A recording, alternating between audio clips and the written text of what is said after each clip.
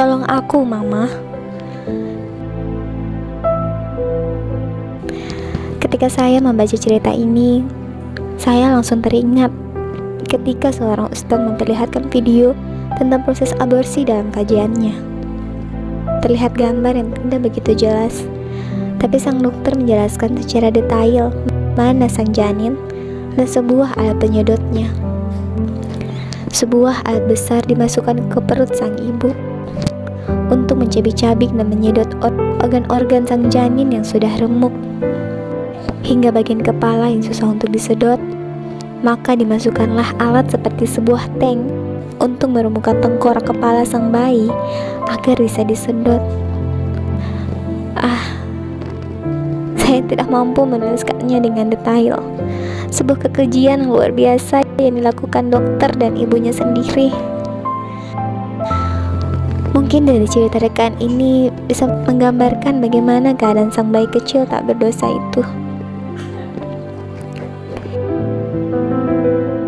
Mama sayang, aku di surga sekarang, duduk di pangkuan Tuhan.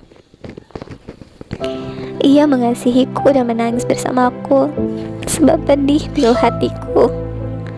Begitu ingin aku menjadi putrimu ilmu. Tidak terlalu mengerti aku akan apa yang telah terjadi. Aku begitu bergairah ketika mulai menyadari keberadaanku. Aku ada di suatu tempat yang gelap, namun nyaman. Aku melihat, aku punya jari-jari dan jempol. Aku cantik seturut perkembanganku, tapi belum siap meninggalkan tempatku. Aku menghabiskan sebagian besar waktuku dengan berpikir atau tidur. Bahkan sejak hari-hari pertamaku, aku merasa ikatan istimewa antara engkau dan aku. Kadang aku mendengarmu menangis dan aku menangis bersamamu. Kadang engkau berteriak dan memaki, lalu aku menangis. Aku dengar papa memaki balik. Aku sedih dan berharap engkau akan segera baik kembali. Aku heran, mengapa engkau begitu sering menangis. Suatu hari, engkau menangis hampir sepanjang hari. Pilu hatiku karenanya. Tak dapat kubayangkan mengapa engkau begitu berduka. Pada hari itu juga, hal yang paling mengerikan terjadi. Suatu monster yang amat keji masuk ke tempat hangat dan nyaman di mana aku berada. Aku sangat takut. Aku mulai menjerit, tapi tak sekalipun engkau berusaha menolong. Mungkin engkau tak pernah mendengarku. Monster itu semakin lama semakin dekat, sementara aku terus berteriak, "Mama, Mama, tolong aku. Mama, tolong aku."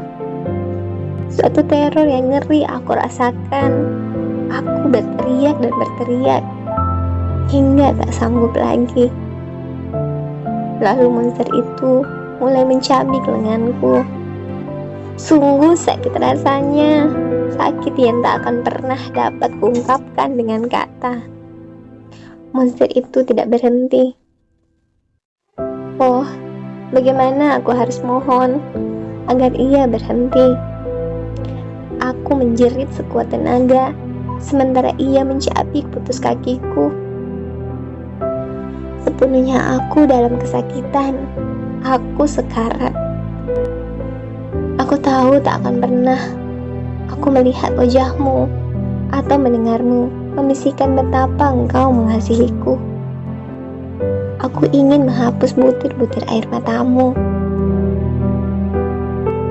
Aku punya begitu banyak rencana untuk membuatmu bahagia, Mama, tapi aku tak dapat.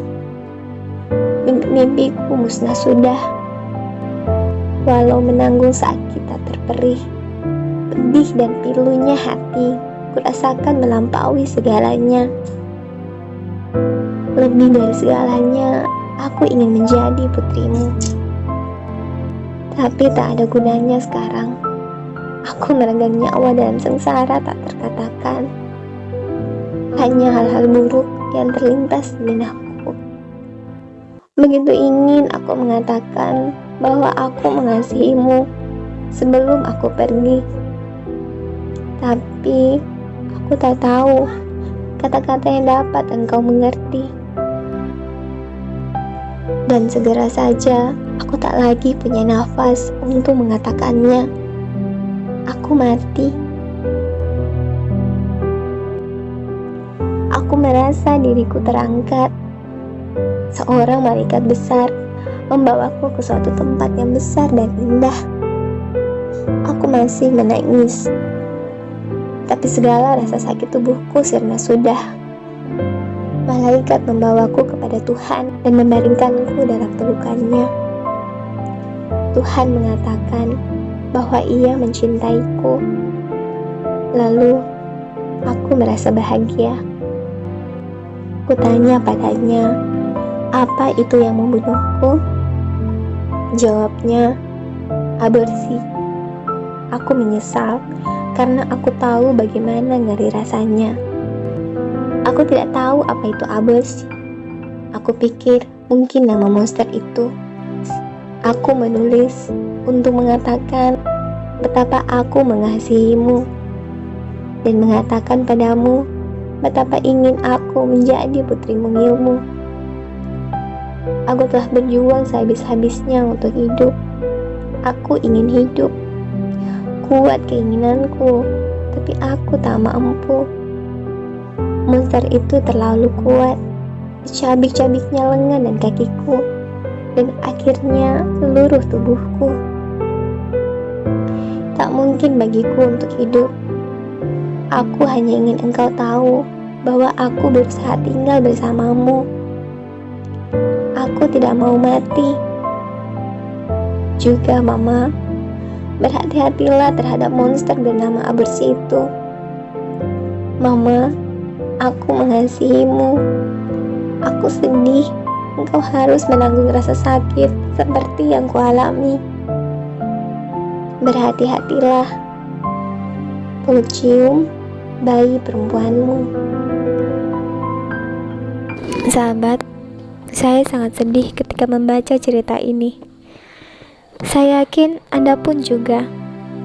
Saya memiliki data, walaupun data lama, yakni setiap tahunnya sekitar 150.000 anak di bawah 8 tahun terjebak jadi pelacur.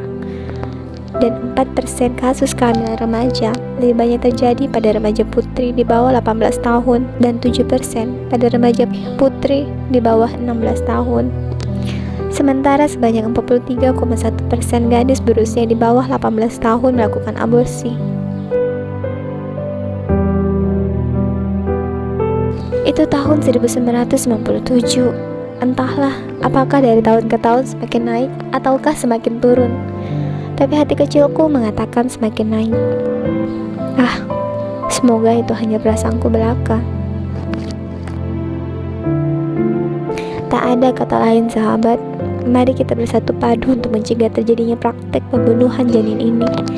Saya lebih suka menyebut pembunuh daripada sekedar pelaku aborsi. Yuk, paling tidak mulai dari diri kita sendiri. Hindarilah dan jauhilah dari perbuatan zina. Karena zina memang menjadi biang kerok pembunuhan itu. Maaf kalau kata-kata saya pada kali ini terasa emosional, tapi memang itulah kenyataannya.